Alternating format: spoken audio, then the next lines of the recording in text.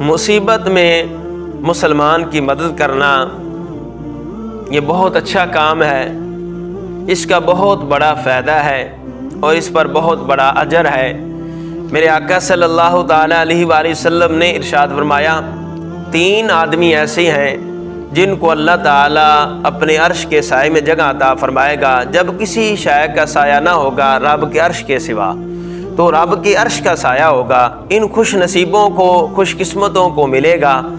ان میں سے ایک وہ فرد ہے پہلے کہ نبی کریم صلی اللہ علیہ وسلم کی ذات پر کثر کے ساتھ درود شریف پڑھنے والا، دوسرا وہ شخص کہ مصیبت میں یعنی مسلمان کی مصیبت میں مدد کرنے والا، اس کی مدد کرنے والا۔ دیکھیں، یاد رکھیں، ہمیشہ سے جو دینے والا ہاتھ ہوتا ہے نیچے والے ہاتھ سے بہتر ہوتا ہے۔ دینے والے بنے، کسی کی مدد کرنے والے بنے۔ کسی بندے کو اس نے مصیبت سے نکال دیا، پیسوں کے ساتھ اس کی مدد کر دی، ویسی ہمدردی کر دی، اچھا مشورہ دے دیا، ہمدردی کر دی، محبت کر دیا، پیار کر دیا کہ اس کی مصیبت میں مدد کر دی۔ کہ ایک بندہ پریشان ہے، کسی مصیبت میں پریشانی میں مبتلا ہے، اب مسلمان نے اس کی مصیبت میں مدد کر دی، اسے بھی اللہ تعالیٰ اپنے عرش کے سائے میں جگہ عطا فرمائے گا۔ تیسرا وہ کہ نبی پاک صلی اللہ تعالیٰ علیہ وآلہ وسلم کی سنت کو زندہ کرنے والا۔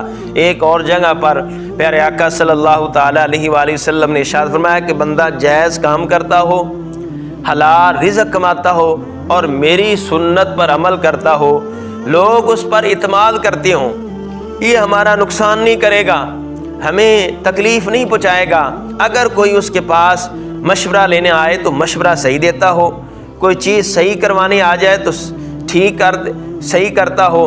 اور فرمایا کہ لوگ جن کے شر سے لوگ بچتے ہوئے اس پر اعتماد کرتے ہوں کہ کسی کو تکلیف نہیں دے گا، مرد ہو یا عورت ہو، کھانا جائز کھاتا ہو، میری سنت پر عمل کرتا ہو۔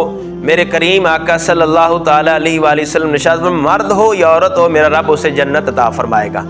تو لوگوں کی مدد کریں، لوگوں میں اپنا اعتماد پیدا کریں۔ اللہ تعالیٰ کی بارگاہ میں دعا ہے اللہ تعالیٰ عمل کی توفیق عطا فرمائے۔